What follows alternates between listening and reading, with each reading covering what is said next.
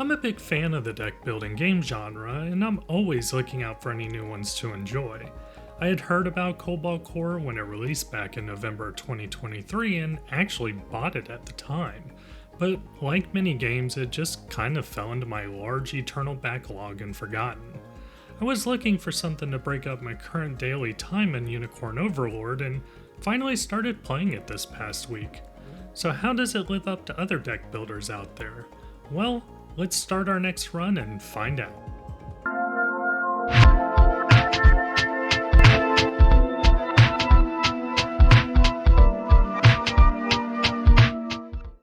Cobalt Core starts with a crew of 3 being woken up from cryosleep by its ship's AI. It explains to them that there is a ship about to attack and it requires them to control the ship, and that's when your first fight begins. After the tutorial fight, you learn that you've done this before, 517 times in fact.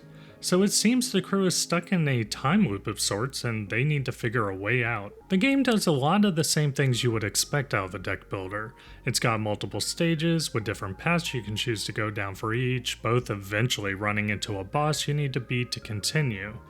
You have your standard enemy and mini-boss tiles, random encounter tiles that may or may not end up being beneficial, a rest tile that lets you either heal, upgrade a card, or remove one from your deck. There are artifacts which give you passive-like effects, and of course your deck of cards you use to attack the enemies. In combat, you can see what the enemy plans to do and react to it before ending the round, and having the enemy make its attack. So now you might be wondering, what makes Cobalt Core stand out and make it different in general? First would be the ship combat. Ships can have different points where they fire from, you have sections of them that are weakened or armored which can take more or less damage, and even sections where shots might just go through the ship. It also adds in shift actions where you can move your ship left and right to avoid shots coming at you, or even line up shots to hit weakened parts, or even stun and stop an attack from an enemy ship. The first ship has one gun right in the middle of the ship, but there are multiple ships you can unlock offering different play types, like a ship that has 2 cannons on the sides, but only one can be active at a time. You can then play a card each round that'll swap which cannon is actually active. You cannot customize the ships from what I've seen, but there are tiles you'll run into with ship mechanics who will offer up these customizations. I ran into one that will just randomly change the ship layout on you, and another that added a spacer in where I could align the ship to avoid shots while not having to almost remove myself from facing the other ship. When you play a shift card, it'll bank it for use in future rounds of a fight, and making sure you have enough shift to use is actually pretty important. I've run into situations where I did not have enough and the cards did not play out in my favor, only to end up being a sitting duck to the enemy. Outside of shifting around to avoid fire, you can also add shields to defend yourself. Shields come in 2 varieties, one that will maintain between rounds, and then a temporary shield that will only last 1 round, but will be removed before your main shields get taken out. There's also this ability to put out secondary attack and defense items that kinda sit in the zone between you and the enemy ship. These can range from attack and shield drones and missiles and mines. These also have their own shift mechanic to move them around separately from the ship. Since this can be used to block attacks and even some cases, like the mines, do damage back on the enemy ship when they're destroyed, it can be very important to also make sure they are sitting where you want them. It might just be important to get them out of the way so you can deploy more of them. You can also apply status effects to yourself or enemies. Some include things like acid that'll take an amount of health based on the amount stacked while ignoring shields each round. There are others like making your firepower more potent, a free shift each round, or the ability to fire back when taking damage.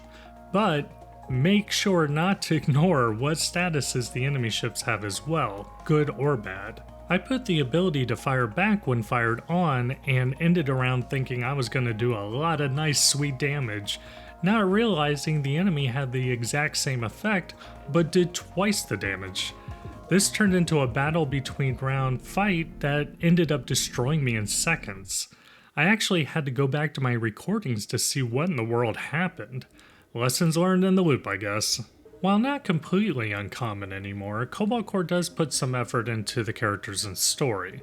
The characters in the game are pretty endearing overall. They are cute and will have little amusing banter between each other and other characters they come across in their travels. When in fights, they will even compliment or support when one another does something well or not. There are also a lot of fun moments and continuity between characters on each run through the loops, which adds an extra layer to the experience. What was not obvious to me initially was that the pilots you choose to bring with you are actually tied to the type of cards you get in a run. Your initial 3 pilots provide shield, shift, and attack type cards. Pilots you unlock can provide additional card types like adding the ability to launch the drones and missiles mentioned earlier. You can only bring 3 crew members with you, so you have to decide on what you're going to cut and who will work well with each other and the actual ship you picked, which does add a lot of depth to the game. I love the look of the game. The stages and the characters are all great, and the ships and other things you fight all look fantastic as well. The music is really top notch, but since you spend so much time with the main battle track, it can obviously get a little repetitive over so many battles and runs. There are a few other tracks that are great as well, one in particular that came up doing a fight that is kind of story spoilers, so you'll just have to trust me on that. I guess if I had to make any complaint on the visuals, it would be the cards themselves. They are easy to read and understand, but I just wish they had a little more flash to them. It's what you're looking at for the majority of the time with the games, and they're just kind of boring overall. Also, while the cards have rarities, the difference is so subtle that you can miss which ones are which. This is just me nitpicking over what is really a fantastic overall visual package though. Cobalt Core is a fantastic deck builder that I highly remiss letting sit in my backlog for so long. There is a lot going on here that really helps it stand out from all the other deck building games released at the moment. The battles are fun and engaging, plus the characters and story help to keep you going back for more.